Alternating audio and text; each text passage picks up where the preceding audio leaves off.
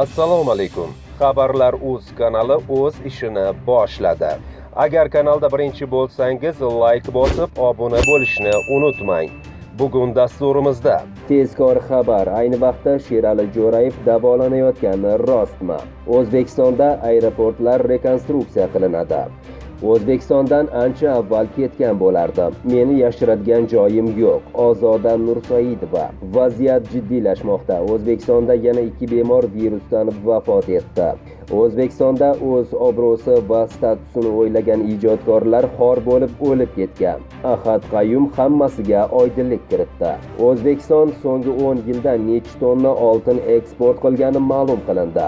Endi esa batafsil. Ayni vaqtda Sherali Jo'rayev davolanayotgani rostmi? Shohjahon Jo'rayevning muxlislaridan biri Instagram sahifasida xonandaning otasi Sherali Jo'rayev ahvoli haqida so'radi. Instagram sahifasini yuritayotgan Shohjahonning yordamchisi sahifani xonandaning o'zi yuritmasligini, vaqti bo'lsa kirishini bildirib, ayni damda Sherali Jo'rayev davolanishda ekanligini aytib o'tgan. Agar onam bo'lmaganda O'zbekistondan ancha avval ketgan bo'lardim. Ozoda Nursaidova. Xonanda Ozoda Nursaidova O'zbekiston Respublikasining birinchi prezidenti Islom Karimov davrida ko'plab san'atkorlar qatorida zapretga tushganlardan biridir. Ta'bir joiz bo'lsa, u eng ko'p ta'qibda bo'lgan xonandadir. Shavkat Mirziyoyev prezidentlik davriga kelib, Ozoda Nursaidovaga ham 14 yil avval qo'yilgan kishanlar olib tashlandi. Agar onam bo'lmaganda men O'zbekistondan ancha avval ketgan bo'lardim. Meni yashiradigan joyim yo'q. 14 yilni o'tkazish oson emas. 14 yil davomida o'z kasbingizni qilmasligingiz bu juda og'ir narsa, deya ta'kidlagan Ozoda Nursaidova. Xonandaga 2019-yilning oktyabr oyida qo'shiqlarini telekanallar va radio orqali taqdim etish imkoniyati berildi. 2020-yilning aprel oyida u uzoq tanaffusdan keyingi ilk konsert dasturini e'lon qilgan edi. Biroq koronavirus pandemiyasi sabab ko'plar qatorida uning konserti ham bekor qilindi. O'tgan yili qoldirilgan konsert esa joriy yilning 6-aprelidan 12-aprel kunlarigacha Xalqlar do'stligi saroyida bo'lib o'tadi. Ozoda Nursaidova suhbati davom etarkan, o'tgan 14 yil o'zi va oila a'zolariga qanday ta'sir qilgani haqida shunday dedi. Meni qo'limdan san'atdan boshqa hech narsa kelmaydi. Bundan tashqari atrofingizdagi odamlarning munosabati o'sha og'riqni yanada kuchaytiradi. O'sha kezlarda agar onam bo'lmaganlarida men O'zbekistondan ketardim. O'shanda onam menga, men onamga dalda bo'ldim. Mana shu 14 yil onamni qaritdi. Bu orada qand xastaligiga chalindilar. Yuraklari og'riydigan bo'lib qoldi. Mendan ham ko'p onam qaridilar. O'zbekistonda o'z obro'si va statusini o'ylagan ijodkorlar xor bo'lib o'lib ketgan. Ahad Qayum. Jurnalist Nozima Vohidova Ahad Qayumga bugungi qora piarlaringiz obro'yingizga putur yetkazmaydimi degan savol bilan murojaat qildi. Zamonamiz qahramonining javobi esa quyidagicha: Men bu haqda o'ylamayman. To'g'risini aytsam, o'z obro'si, hurmatini asragan va statusini o'ylagan ko'p ijodkorlarning judayam xor bo'lib o'lib ketganini ko'rdim. Nozima Vohidova suhbat davomida Ahad Qayumning fikrlariga keskin qarshi chiqdi va masalaning diniy jihatlariga to'xtalib o'tdi. Jurnalistning fikricha, umrining oxirida qanday vafot etish insonning ijtimoiy kelib chiqishiga emas, balki taqdir bitigiga bog'liqdir. Moddiy tomondan bizning ijodkorlarda qiyinchilik ko'p, bular kadr ortida, deya ta'kidlagan Ahad Qayum. Ahad Qayum ijtimoiy tarmoqlardagi chiqishlarida 1 milliard navbatdagi video murojaatim kabi jumlalarni ishlatish orqali atay asabga tegadimi yo unga shu pullarni taklif qilayotganlar bormi? Meni konsertlarda yarim soat chiqib berishim uchun 100 million so'm so'rashim aslida katta pul emas. Biroq konsertga chiqib bersam yoki biror korxonaning reklamasiga tushib bersam, deylik ular 1 milliard foyda qiladigan bo'lsa, men 200 million so'm so'rashim noto'g'ri emas. O'zim ham biznesdaman. Bugun oddiy o'zbek ijodkori bu pulni qo'liga ushlolmaydi. San'atkorlarning o'zi ham menga sen nima deyapsan deb gapirishyapti. 1 milliard uchun sen jinnimisan deganlar ham bo'ldi. 1 milliard so'm 95 ming dollar bo'lyapti. Bugungi kunda bu pulga Toshkent shahrida nima qilish mumkin? Yo 3-4 xonali kvartira olish mumkin, yo biror yaxshi avtomobil olishingiz mumkin, yo do'kon ochishingiz mumkin. Bundan ortig'ini qila olmaysiz. Bu pul bilan hayotimiz juda katta shaklda o'zgarib ketmaydi. Biz o'zbek aktyori, rejissyori yoki prodyuserining oyiga 100-200 ming dollar topishiga oddiy qarash kerak.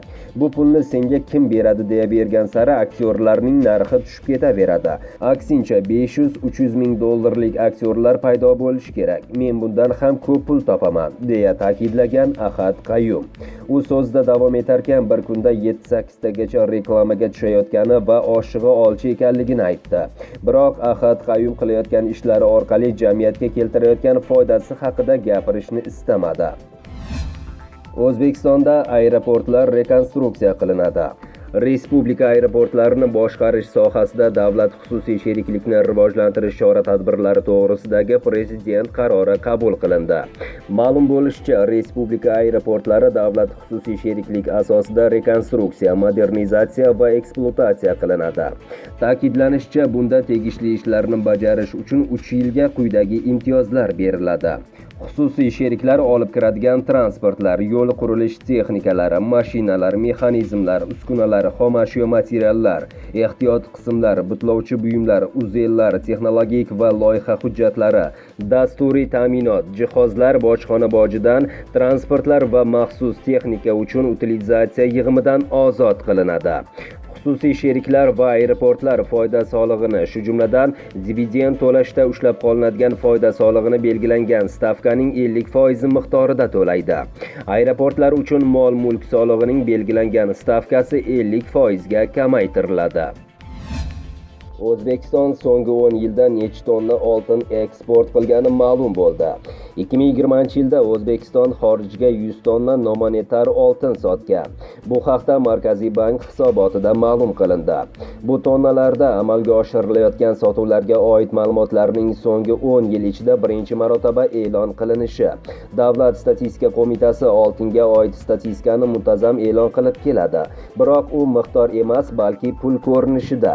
Markaziy bank hisobotida ma'lum bo'lishicha, eng kam oltin 2012-yilda sotilgan. U 10 tonna. Eng ko'pi esa 2019-yilda 110 tonna. O'tgan davr ichida narxlar ham sezilarli darajada o'zgargan. Masalan, 2012-yilda 1 unsiya oltin 1668,9 dollar turgan bo'lsa, 2015-yilda 1159,8 dollarni, 2020-yilda esa 1771 dollarni tashkil etgan. Sportning yozishicha, O'zbekiston so'nggi bor 2020-yilning avgustida oltin eksport qilgan. Markaziy bank oltinni valyuta aktivlarini samarali boshqarish, shu jumladan xalqaro qimmatbaho metallar bozori tahlili va oltin narxlari prognozi asosida sotadi. Markaziy bank oltin qimmat bo'lganida 2000 dollarga qadar faol sotgan. Sentyabrda eksport to'xtaganida qimmatbaho metal 1904 dollargacha arzonlashdi. Hozirda esa uning narxi 1724 dollarni tashkil etmoqda. O'zbekistonda yana 2 bemor koronavirusdan vafot etdi. 29 mart kuni koronavirusga chalingan 2 nafar bemor vafot etdi. Bu haqda Sog'liqni saqlash vazirligi matbuot kotibi ma'lum qildi. Ma'lum bo'lishicha, 29 mart holatiga ko'ra O'zbekistonda koronavirus infeksiyasi qayd etilganlar soni 82682 nafarni tashkil etmoqda. Qayd etilishicha, 2 nafar koronavirusga chalingan bemor vafot etib, kasallikdan vafot etganlar soni 628 nafarga yetgan. Shuningdek, Toshkent shahrida 101 nafar bemor tuzalib, kasallikdan sog'ayganlar jami 80799 nafarga yetgan va sog'ayish ko'rsatkichi 98% ni tashkil etmoqda. Ayni paytda tibbiyot muassasalarida davolanayotgan 1255 nafar bemordan 191 nafari og'ir, 85 nafari esa o'rta og'ir ahvolda.